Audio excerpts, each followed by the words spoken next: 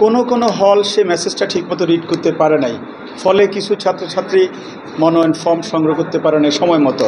আমরা সকল ছাত্রছাত্রীকে ইনক্লুড করার জন্য, ইভেন গতকালকে এখানেও সময়ের পরে আপনাদের সামনে অনেক ছাত্রছাত্রী এসেছিল, আমরা না করে দিয়েছি। তারা কেউ সেই খাগড়াছড়ি থেকে এসেছে, দূর থেকে এসেছে, আমরা বলছি না, দেওয়া যাবে না।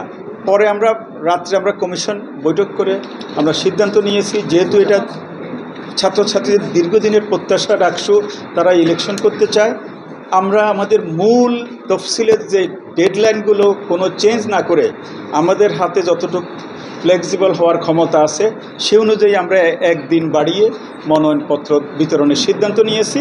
পরের দিন আমরা জমা নেব। না, আমরা এই পর্যন্ত সেরকম কোনো, আপনারা সাক্ষী আছেন, কোথাও কোনো আচরণবিধি লঙ্ঘনের আমরা কোনো খবর নিউজ পাইনি।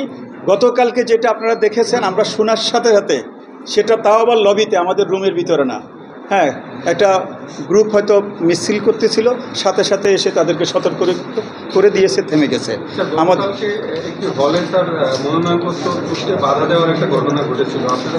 আমরা সেজন্য আমরা সাথে সাথে তদন্ত কমিটি গঠন করেছি। আমাদের কমিশনের সিদ্ধান্ত হয়েছে, তদন্ত কমিটি কাজ করতেছে।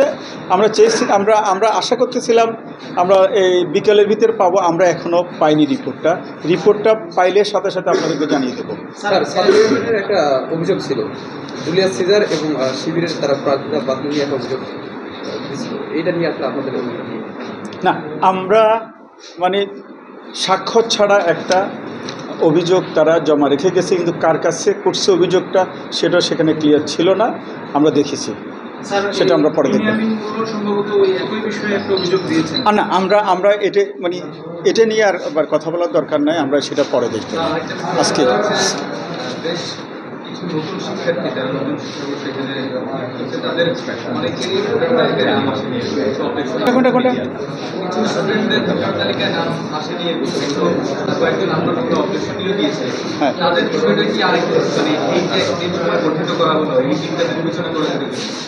না, আমরা ভোটার তালিকায় যারা জেনুইনলি বাদ পড়েছে, আমাদের একটা হাই পাওয়ার কমিটি ছিল, তাদের বিষয়টা যাতে তারা কোনোভাবে বঞ্চিত না হয়, ডিপ্রাইভ না হয়, সেইভাবে কাজ করেছে, সেটা হয়ে গেছে।